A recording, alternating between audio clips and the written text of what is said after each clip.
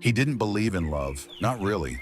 Not since the day his heart had been shattered, not since ambition had replaced affection, and not since he learned that vulnerability could cost more than money ever could. Aiden Cross, the youngest tech billionaire in history, had built an empire of steel and code, but a heart of stone, until the day she walked into his office. Before we dive in, please like, share, and subscribe to Tales Hub for more gripping stories, drama, and romance that will keep you hooked until the very last word. The rain slammed against the towering glass walls of Crosstech's headquarters as Amara Johnson sprinted down the sleek marble lobby. Her heels clicked against the floor, echoing like gunshots in the otherwise silent building. Heart pounding, she glanced at the elevator doors. They were closing. "No, no, no," she muttered, lunging forward and catching the edge just in time. The doors slid shut, trapping her in the polished metal box with a single mirrored wall. She took a deep breath, trying to calm her nerves. In less than 5 minutes, she would be standing face to face with Aiden Cross, the young tech billionaire who everyone said had no patience for small talk, no tolerance for nonsense, and absolutely no time for women who weren't impressed by his fortune. And she wasn't supposed to be here. Her best friend Tina had been the one chosen for this interview, the golden opportunity that could launch a journalism career. But Tina had come down with a fever the night before, and now with no other options, Amara had agreed to substitute, just to help her friend, just to record the answers. Nothing more.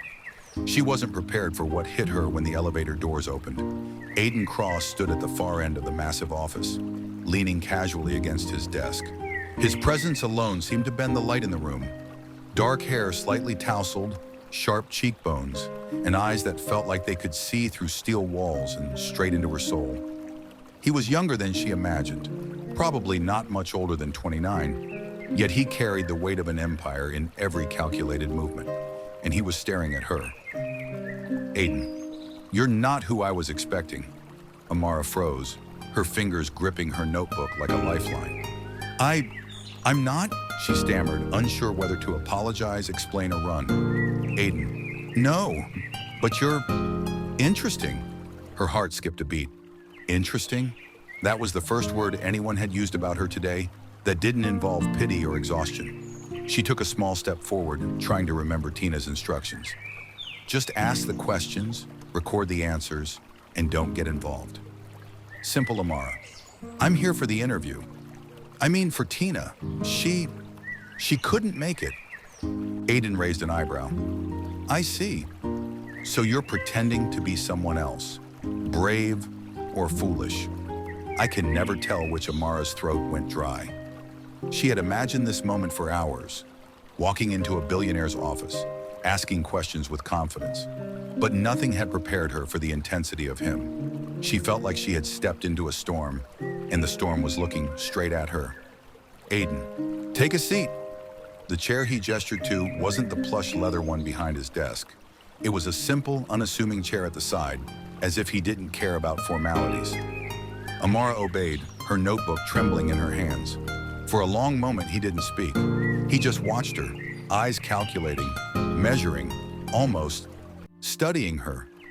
She had interviewed plenty of people for her university assignments, but never anyone like this. Never anyone who made her feel both terrified and unreasonably drawn in at the same time. "Aiden, you're not afraid of me." Amara blinked. I mean, I'm nervous, yes, but afraid? No." He leaned back in his chair, fingers steepled under his chin. "Most people are afraid of me. Afraid I'll dismiss them, ruin their story, or expose them as incompetent. You're different." She opened her mouth to respond but stopped. Something in the way he looked at her, unguarded, curious, almost vulnerable, made her pause. And then he smirked, that dangerous, confident smirk that had headlines written about it, and said, "Aiden, all right, let's begin. Tell me, why are you here?" Amara blinked. I'm not supposed to be here. I'm just helping my friend with her assignment. I don't even know what I'm doing." "Aiden, perfect. I like honesty." And just like that, the tension didn't ease. It shifted. Something unspoken passed between them, a current that made the air thick, electric. He had the world at his feet, yet in this moment it was just him and her, and neither of them could deny the intrigue simmering beneath the surface. Aiden, softly, most people don't survive 5 minutes in this office without pretending to be something they're not. You just walked in, unprepared, and yet here you are. Tell me, why is that? Amara swallowed hard, unsure if she should answer. She had no rehearsed lines, no clever strategy, and yet something about this man made her want to be genuine. Amara, because sometimes you don't get to choose the moment. Sometimes you just have to show up. And if you survive, maybe that's enough. Aiden's eyes softened, almost imperceptibly, and a corner of his mouth quirked up. He leaned forward, elbows resting on the desk. Aiden, I didn't expect this. And yet, I think I want to see where this goes. Before she could respond, his phone buzzed on the desk. He glanced at it, frowned, and then looked back at her. Aiden, we're not done. But before we continue, I need to know something. What's your name? Amara hesitated. Was it the professional, rehearsed answer or the truth? Amara. Amara Johnson. He nodded as if tasting the name, considering it. Then he leaned back, eyes locking with hers in a way that made everything around them fade. Aiden, Amara, you're going to regret saying yes to this interview. But I can't stop myself from being intrigued.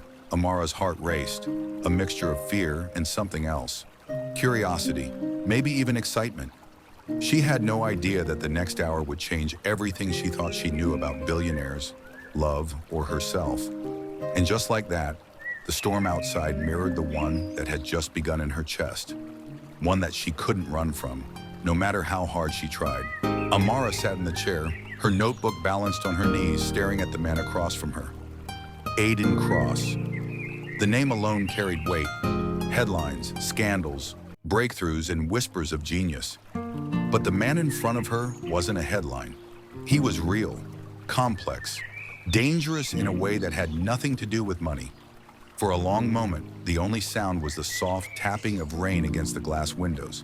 She wanted to ask the first question, but her voice caught in her throat. Finally, she cleared it, trying to steady herself.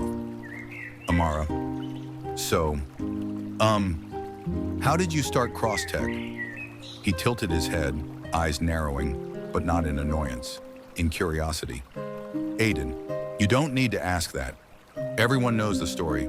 Dorm room, coding nights, investors, and a lot of sleepless days. You're not here to write history, are you? She shook her head. No, I wanted to know you, the person behind the company, not the billionaire everyone reads about.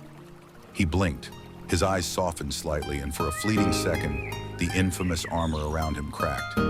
Aiden, most people don't care about me. They care about the money, the headlines, the story that makes them look smarter. But you're asking about me. Why? Amara paused, thinking. She didn't have a polished answer. She didn't want to say she was pretending for her friend's assignment. That would ruin the moment. Amara, because I think maybe everyone deserves to be seen. Even someone like you. Something flickered in his eyes, something long buried. Suspicion, longing, maybe even a glimmer of hope. He leaned back, folding his arms. Aiden, someone like me? You mean a billionaire who doesn't believe in love? Her breath caught. That phrase had haunted his reputation for years. Everyone assumed Aiden Cross was cold, calculating, unfeeling, and he had fed that image deliberately. He had no reason to trust anyone, no room for weakness. Love had left him burned once before, a past he rarely spoke of.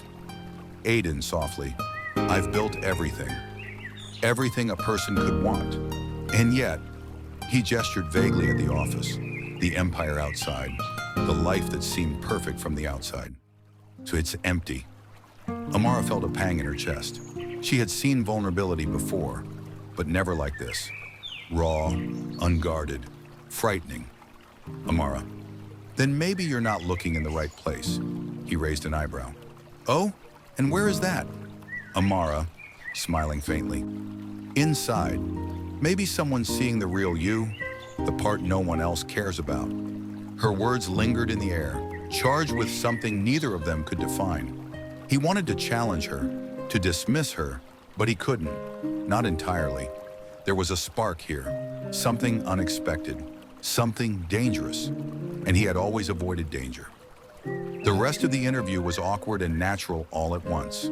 She stumbled through questions, asked things she didn't fully know the answer to, yet somehow it worked. He answered honestly, revealing glimpses of his childhood, the tragedy of losing both parents in a car accident when he was 17, the nights of isolation, the relentless pressure to succeed. Aiden. I built this empire because I had nothing else, but I didn't realize building walls around my heart would make me lonely.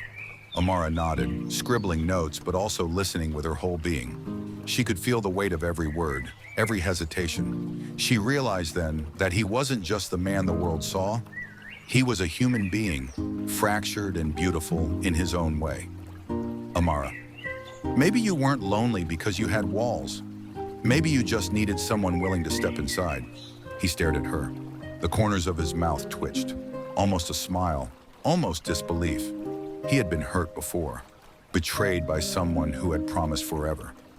Trust wasn't just difficult for him, it was survival. And yet he found himself wanting to trust this stranger who had walked in uninvited, unprepared, but fearless. Aiden, quietly, "You're not afraid of me." She shook her head. "I'm curious. That's different." He studied her. He saw no pretense, no manipulation, just honesty. And honesty was dangerous. Aiden. "I don't usually do this." Amara. "Do what?" Aiden. "Talk. Really talk. With someone who isn't asking for something in return."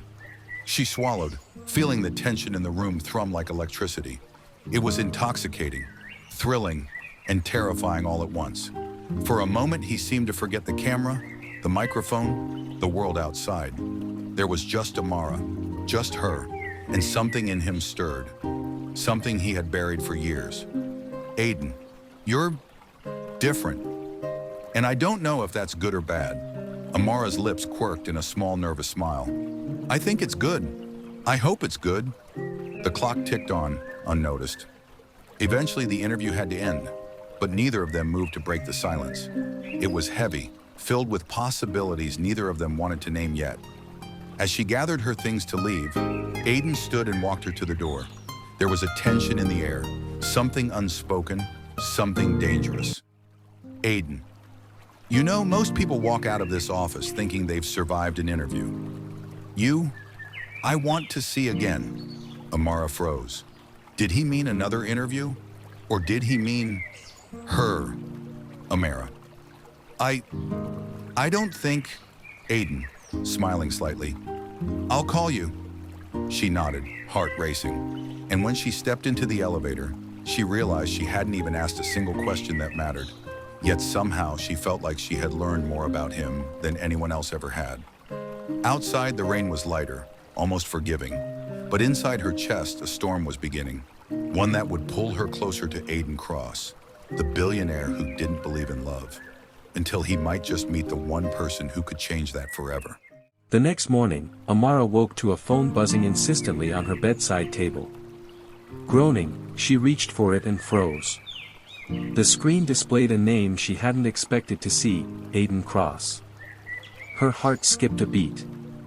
She had barely processed the interview from yesterday, barely understood the storm that had brewed between them, and now he was calling her. "Aiden, text meet me at Crosstech. I want to continue our conversation." She stared at the message. Continue the conversation. That could mean anything, a second interview, or something else entirely.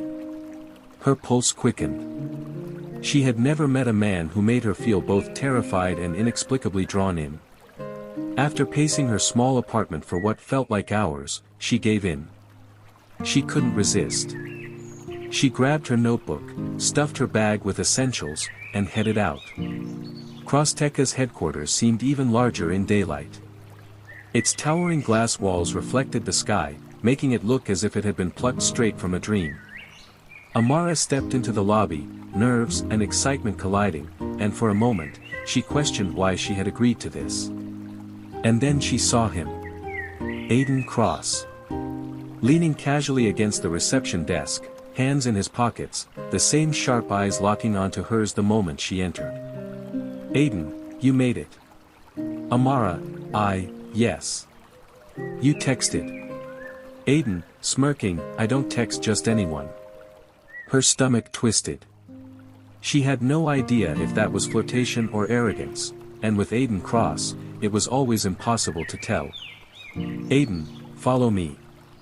Today isn't an interview. Consider it a tour. Amara blinked. A tour? Of a billionaire's company? She had imagined seeing labs, servers, and tech inventions, but this felt personal. Dangerous. They walked through the vast corridors of Crosstech, the air humming with quiet productivity. Engineers worked in sleek, open labs, prototypes of gadgets and robots lined the walls. But Aiden didn't speak about inventions. He spoke about people, employees he had mentored, lives he had changed with scholarships and tech donations. Aiden, it's not the money that matters. It's what you do with it. Most people forget that. Amara nodded, taking notes in her mind if not on paper. But she noticed something else, how he watched her. Not in the way a celebrity watched a fan, but like someone discovering something new, something rare. Something he couldn't quite name but didn't want to let go. They reached a quiet corner of the innovation lab, away from the hum of machinery. Aiden turned, eyes serious. Aiden, you ask a lot of questions, Amara. And yet, you don't pry. You don't judge. Most people would be overwhelmed by this place, or intimidated. You just absorb it. Her face flushed. She had never felt seen like this before. Not really. Amara, maybe I just like learning. And maybe I like the person who built all this. Aiden blinked. The corners of his mouth twitched, almost a smile, almost disbelief. He didn't smile often. Not like this. Aiden, be careful. Most people don't stick around when they see the real me. Amara, then maybe you haven't met the right people. The words felt bold, almost reckless. But something about her honesty disarmed him. And he realized, he wanted her. Not just for the conversation, not just for her curiosity, but for herself. Over the next few days, Aiden found excuses to appear in her world. He attended the university's tech fair unannounced, walking past the crowd until his eyes found hers. He visited the cafe where she worked part-time, pretending to need a coffee but really just watching her interact with people, her warmth and humor lighting up the room. And every time they met, the tension between them intensified. Words were exchanged, small glances were held, and every moment felt like a dance neither of them had rehearsed. But the world outside noticed too. Rumors began swirling. Students whispered about the billionaire who seemed to be everywhere she was. Social media speculated endlessly. Headlines teetered on scandal. Aiden noticed too, but he didn't care. Not yet. One rainy evening, after a long day of lectures and part-time work, Amara found herself caught outside.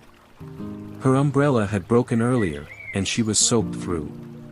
And then, as if by fate, a sleek black car pulled up beside her. Aiden, you look like a drowned cat. Amara, laughing nervously, thanks. I think. He handed her a dry coat and opened the door. Get in. I can't let you freeze on your first week back at school. Inside the car, the warmth and quiet of the leather seats were a sharp contrast to the storm outside. Aiden drove without speaking for a while, but his eyes were constantly on her. And she realized, he wasn't just protecting her from the rain. He was protecting her from the world, from judgment, from exposure. Aiden, do you know why I don't believe in love? Amara shook her head. Because you're a billionaire who doesn't have time. He chuckled softly, a rare sound, low and intimate. Aiden, no. Because I loved once, and it was taken from me. I trusted someone, I gave everything, and it was gone in an instant. Love, to me, is a liability. A weakness. She swallowed hard.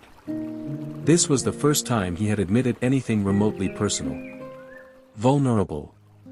Amara, maybe love isn't weakness, maybe it's the only thing that makes all the risk worth it. He glanced at her, startled by the conviction in her voice. She wasn't pleading. She wasn't naive. She was stating something he had forgotten how to feel. The storm outside mirrored the one in the car. Lightning flashed, illuminating the tight line of his jaw, the furrow of his brows.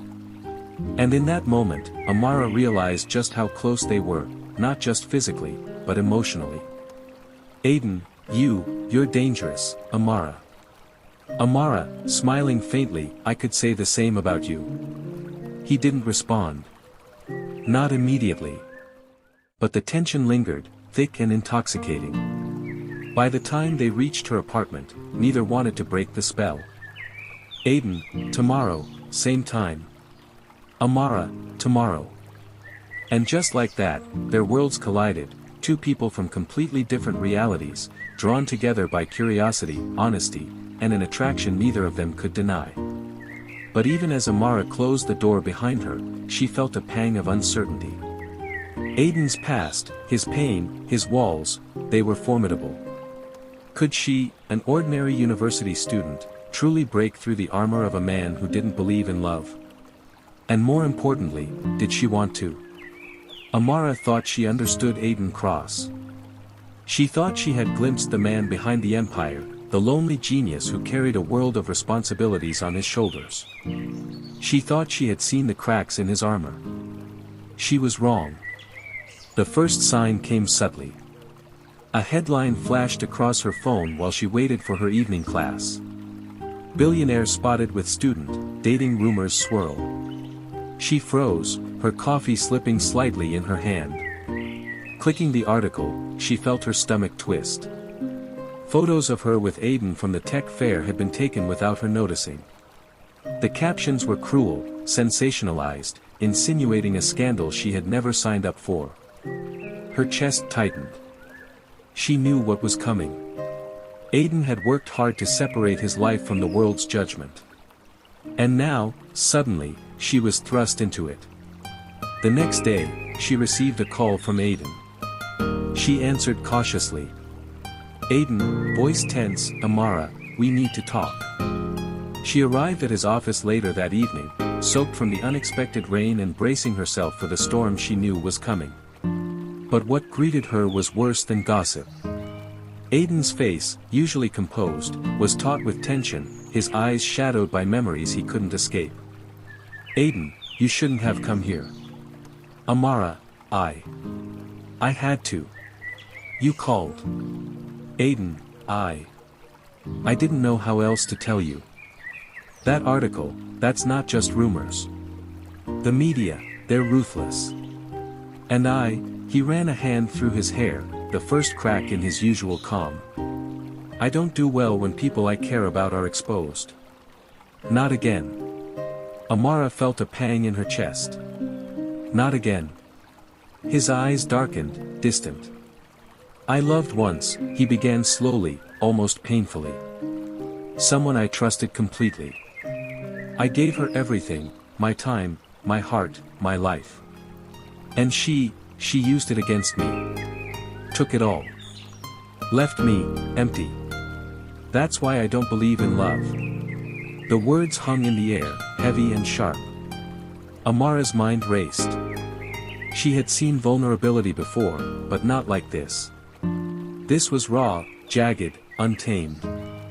She realized then that the walls surrounding him were not arrogance, they were survival. Pain had built those walls, and every brick was a memory he had vowed never to relive.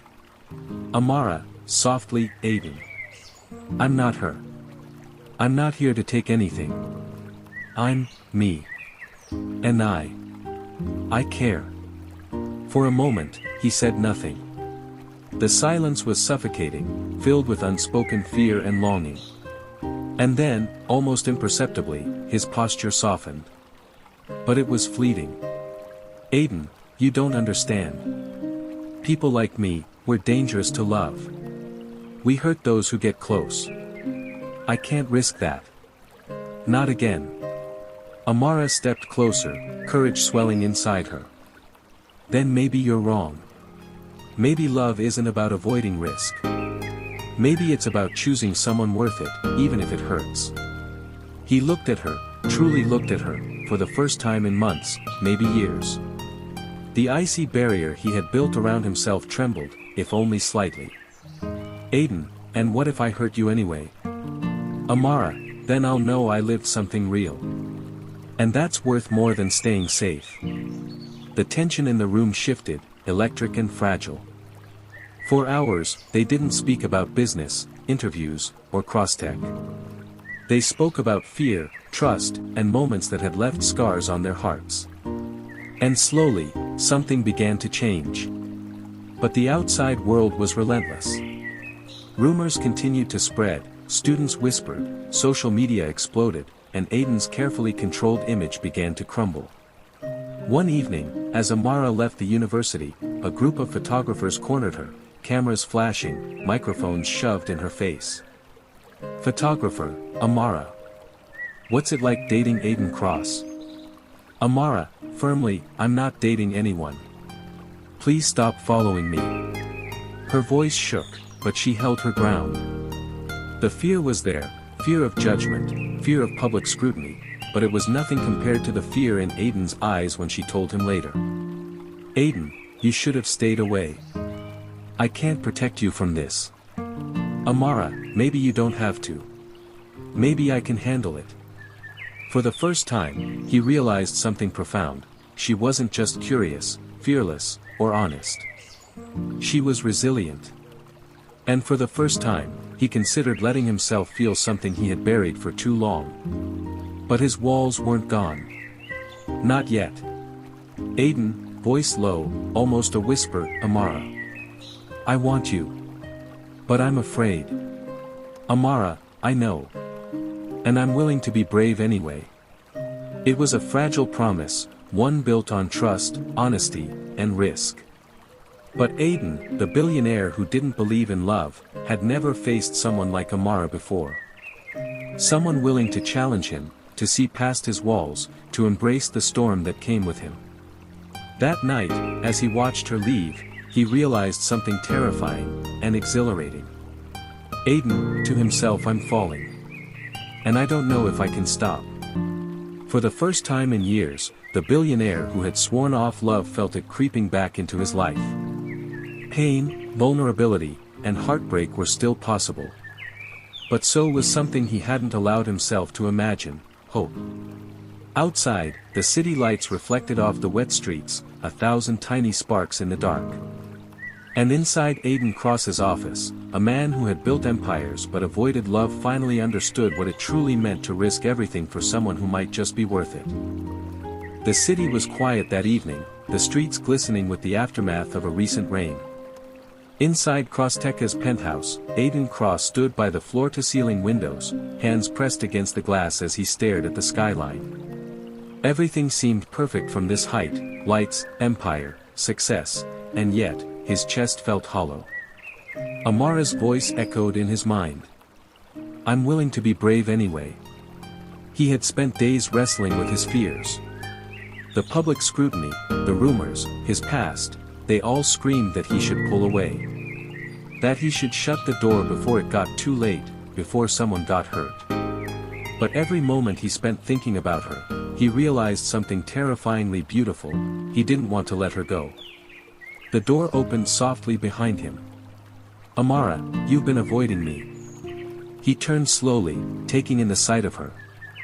She wore a simple dress, elegant but unpretentious, her hair catching the soft light of the penthouse. And yet, it wasn't her beauty that stole his breath, it was the unwavering courage in her eyes. Aiden, voice low, I needed time. To think. Amara, stepping closer, think about what? About whether you're willing to let someone in. He swallowed, the words stuck in his throat. She was right.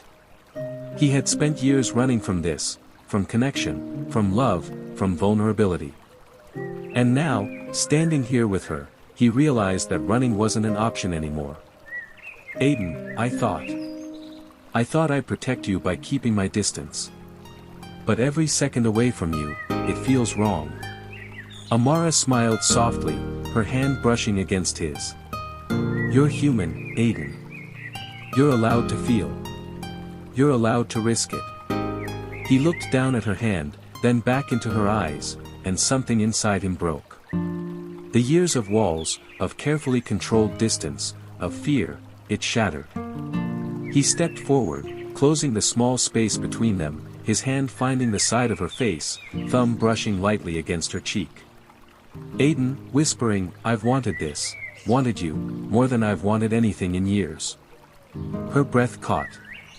Her heart pounded in her chest like a drum. She had imagined this moment, dreamed about it, even, but reality was more intense than any fantasy. Amara, then don't hold back. Their lips met in a kiss that was at first tentative, testing, but then deepened with every heartbeat. It was passionate and urgent, a release of all the tension that had built between them over weeks of stolen glances, lingering touches, and unspoken words. He pulled her closer, hands threading through her hair, holding her as if letting go would mean losing her forever. Amara melted against him, her own hands clutching at his chest, feeling the warmth of the man who had terrified her, intrigued her, and now completely captivated her heart. When they finally pulled back slightly, both gasping for air, the world outside seemed to pause. The city lights, the penthouse, the empire he had built, none of it mattered. There was only them, standing together, hearts racing in perfect sync. Aiden, softly, with a smile, I don't believe in love, not anymore. Until you. Amara laughed softly, tears threatening to spill, her forehead resting against his. Then maybe love isn't about belief. Maybe it's about finding the person who makes you want to believe again. He kissed her again, slower this time, savoring the moment, memorizing it. This was more than lust or infatuation, it was connection, trust, and the first taste of something real. Something lasting. Over the next weeks, their bond only grew stronger. The media tried to pry, rumors tried to spread, but Aiden stood by her, and Amara stood by him. Together, they learned to navigate the storm, the pressures, the scrutiny, and the insecurities, with honesty and courage. He showed her the heart behind the empire, the man behind the headlines. And she showed him that love wasn't weakness, it was strength, trust, and bravery. One evening, as they overlooked the city from the penthouse balcony, Amara leaned into him, resting her head on his shoulder. Amara, do you still think love is a risk? Aiden, wrapping his arm around her, protective and tender, with you, it's the only risk worth taking. The city sparkled beneath them, a million lights mirrored in their eyes. For the first time, Aiden Cross felt something he hadn't allowed himself to feel in years, hope. And for the first time, he believed that love, real, messy, passionate love, was possible.